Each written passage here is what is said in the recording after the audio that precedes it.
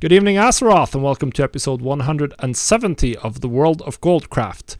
As usual, I'm your host, the Lazy Goldmaker of thelazygoldmaker.com, and well, we're going to talk about goldmaking. Well, when I say we, I actually mean me, because there's just me here, but we're still going to have fun. So if you're following along live, then make sure to post any questions you have in chat, and I'll answer some of them at the end. And today we're going to talk, obviously, about some of the news that have come out about retail WoW lately, and a little bit of an anecdote from this week, from something I did or didn't do that I think we can learn a little bit about, or a little bit from. But before that, I'm going to give a shout out to my Patreon page and all my patrons that make this thing happen. And if you're interested in joining us, you can do so at patreon.com/thelazygoldmaker. And that can get you rewards like 7 days of early access to all of the video and text guides I post at thelazygoldmaker.com, or my full TSM setup that I use to generate gold. So if you're interested in that, then head over to Patreon. Now, let's get into the episode. So we got some big news this week. The first one, Season 4. And it's going to be a long one. Then we got the Mage Tower is coming back permanently, and they made some changes to material drop rates and legendary crafting that came in like yesterday at night, essentially EU time. So there's a bunch of stuff happening. First off, Mage Tower is coming back, and it's coming back next reset, and it's coming back forever. So a lot of you will have been here over Christmas and made a lot of gold crafting the specific gear that's very useful for Mage Tower and consumables. I'd suggest ramping up. Since it's coming back now, a lot of people who didn't finish the getting the mount, or didn't finish a specific class, are going to get back into it pretty quickly. So we're going to see some very high demand as it releases. And then it's going to trend downwards. Of course, there's a little bit less urgency this time around, so people are going to be a little bit more discerning probably with how much they spend. They're going to be like, okay, I don't need to spend it, I can just wait, I can do this in 2 months time. Then the gear is probably going to be cheaper or whatever. Since it's never going away, there's no urgency to like pump get the absolutely most min-maxed time walking gear you can to do it. But most of those items are still going to be likely selling pretty well again. So if you were in that market, or you're interested in that market, then to figure out what you're going to craft, and you go to the Wowhead guide. They have guides on gearing, and they have guides on consumables for the Mage Tower. So that's where people find their shopping lists, and that's where you're going to find your crafting list. In general, it's the PvP gear from Mists of Pandaria, crafted with either Relic of the Past 4 or Relic of the Past 5. And then there's a huge chunk of various old enchants, old consumables, and old gems spread around a bunch of different expansions. I'm not going to list all of those here, but you can find all of them in the Wowhead guides. Just look for the Mage Tower guides on Wowhead, and they have a ton of information about great items to sell. The other announcement we got was the SL, Shadowlands Season 4. So obviously, I kind of expected that this was going to be a long final patch. And that's definitely going to be the case right now. They're going to add a final season after Season 3 with a revamped M+ dungeon pool, which includes dungeons from multiple old expansions. And they're also planning to revamp the Shadowlands raids and bring them all up to relevant difficulty with some extra mechanics based on the seasonal affix in some way. So obviously this means that 10.0 is pretty far away, and we could be in for one of the longer last patches ever. So if anyone was around for, say, Siege of Orgrimmar, then you should be prepared for a repeat. Shadowlands has generally been on a very slow release cadence. So it's pretty obvious that the pandemic and, well, the lawsuit and all of the stuff that's been going on at Blizzard has really hamstrung their development output on World of Warcraft compared to what it's been in the past. So we can expect that for the last or the next expansion as well. And then there's the fact that at least publicly they're trying to make the perception that they're making some changes to their design paradigms, and that's obviously going to have some impact and might prolong the development of 10.0 because they were probably already started and then they might have realized that they need to do some changes to systems, and then they have obviously huge system changes coming with 9.2.5 as well. So we'll see, but I expect this patch to be a very long one. Obviously, I think it's pretty cool. I think this is going to draw people back. There's going to be the nostalgia factor that's going to pull some people back for the old expansion dungeons to the M+ pool. And I think this is generally very good for the game, regardless of the fact that this might indicate that this is a long final patch. I think having some reason to bring people back mid-season or mid-patch is in general good, and this is probably a pretty cool way to go about it.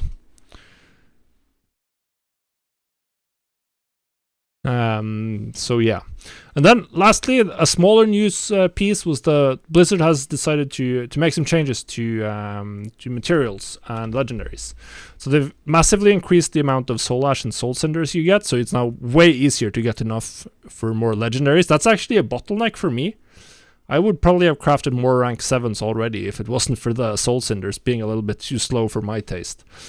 But now I can get, like, in 2 Torghast runs I have 1.4 legendary or something like that, so that's really good. They're also making changes to materials. They're increasing the drop rate, most notably of the progenitor Essentia, and then a couple of other materials as well. I don't think they announced the exact drop rate increases, but this is going to drive down prices on legendaries, obviously. Yesterday on EU we saw a huge spike in Essentia prices as rank 7 or double legendaries unlocked, and it was up at about 22,000 on my realm, and the price is now down to 15,000 already, because the moment you see news that an item is going to be significantly increased in drop rate, then 2 things happen. People start selling the stock they have, try to unload it at either the current price or at least some price that's lower than the current price right now, but hopefully higher than what the price will be in a week when the increased drop rate has come fully into effect.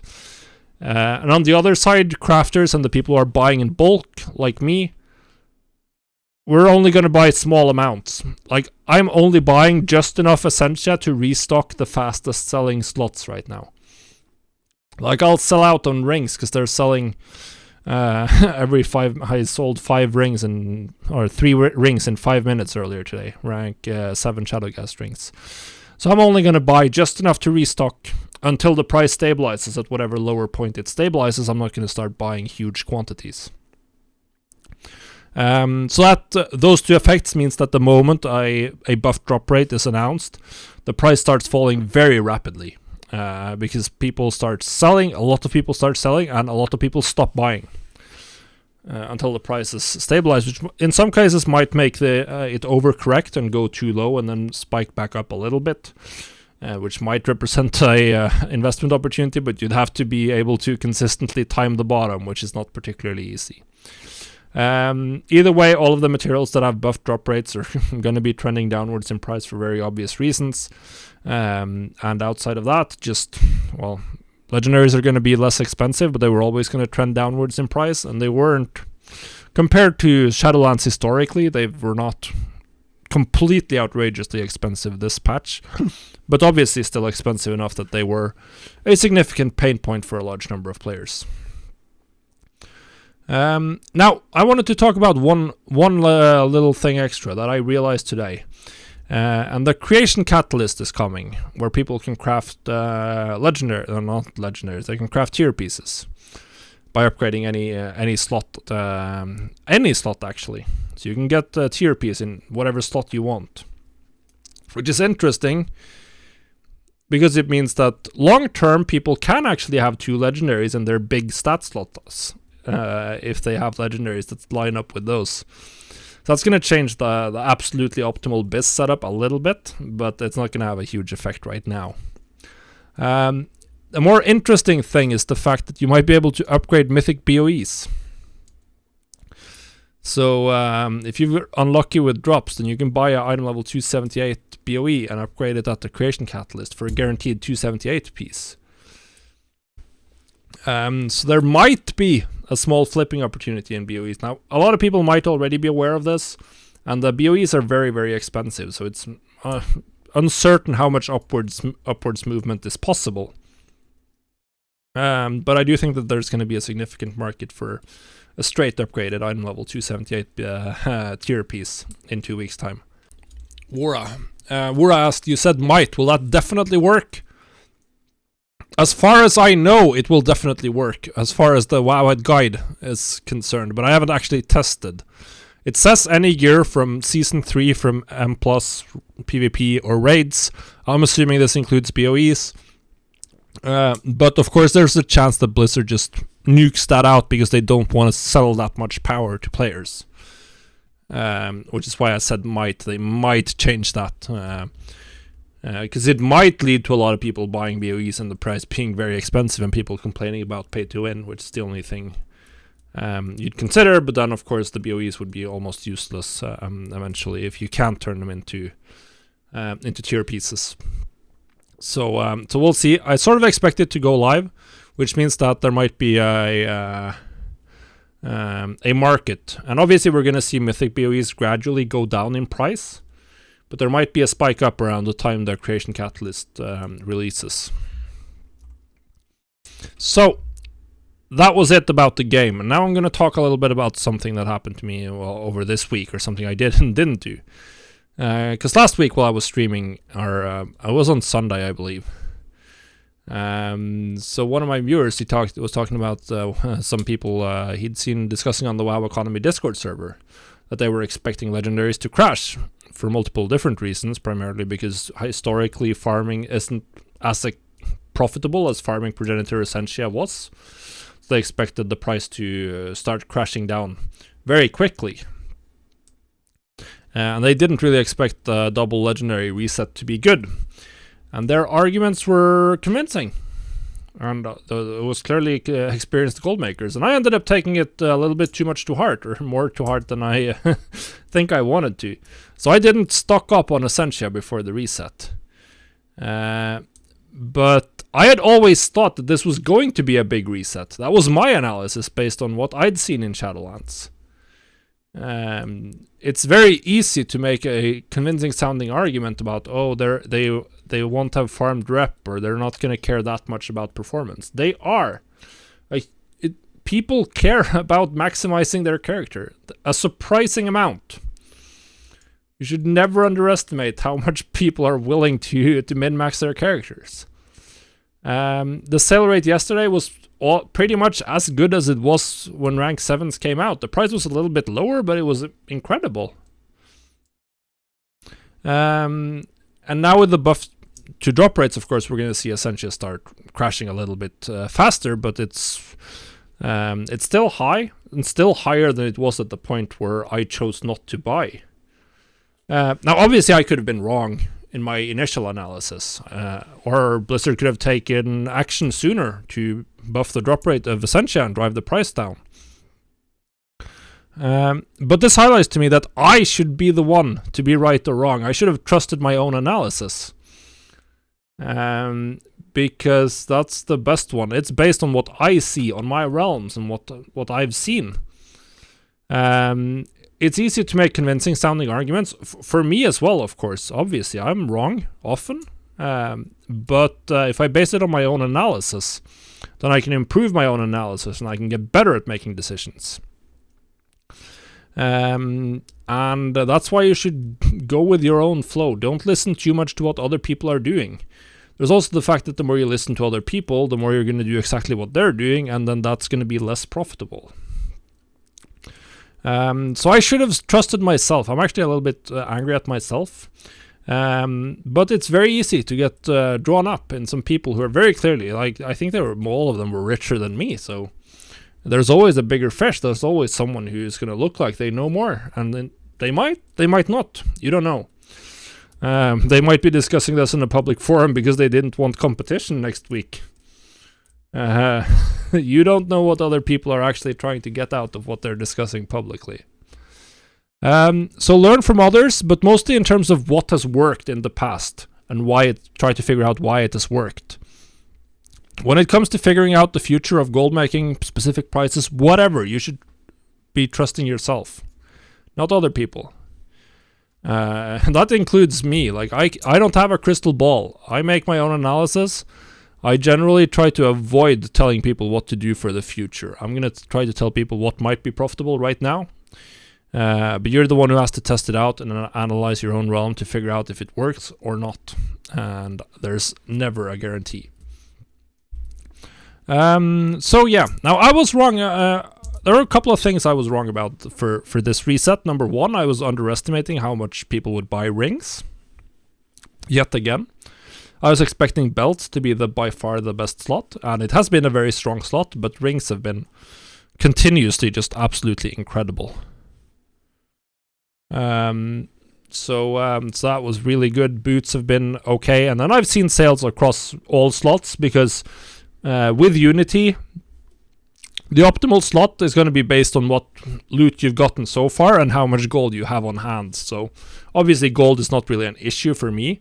So I just put Unity on my helmet because I didn't have a tier helmet, and it's one of the slots with maximum stats. I got the socket on, and item level 291 with a socket in the helmet. It's just amazing for me.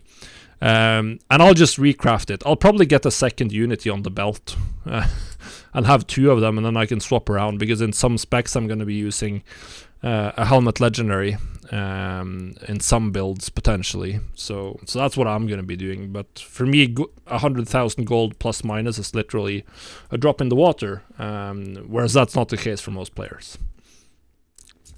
So yeah, I should have listened to what I'd always thought, that this was going to be the last big peak, and stocked up accordingly. I probably could have made like 10,000 gold extra per legendary I sold yesterday, and that's, well, so far about 200 legendaries since yesterday.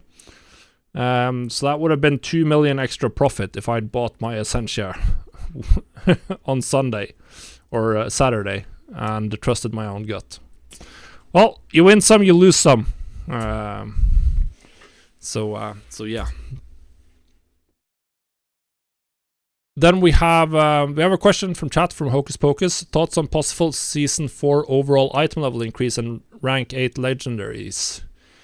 Very hard to say, obviously. It's possible. I mean, I feel like for Season 4, particularly for the raids to feel worth the significant logistical effort, they kind of need to add some eye level or something. So we might see, but I wouldn't be surprised to see it just be a small item level upgrade. Maybe. We'll see, but it's going to be interesting to see once we get more news. Rank 8 legendaries might also make it. Although I wouldn't be super surprised to see them maybe go away from the profession system for legendaries for a Season 4. It's hard to say. But obviously if they add rank 8 legendaries, it's going to be giga profitable. But I'm not sure if they can defend that or get enough people on board with spending on another legendary for just revamped raids compared to like a full new patch. So we'll see.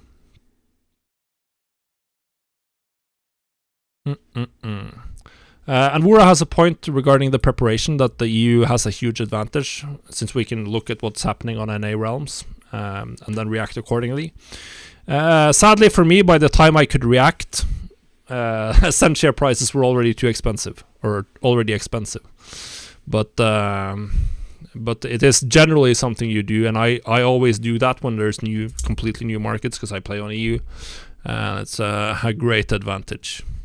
But guys, that's going to be it for this episode. Thanks for watching or listening, whatever way you consume this. I do really appreciate it. If you're watching this on YouTube, make sure you leave a like or a comment down below if you're enjoying the show, or if you have a question you'd like to ask me on the next episode, where you can take some questions from YouTube comments as well. Subscribe to the channel to make sure you don't miss out, and we'll see you on the next episode. Thanks for watching or listening.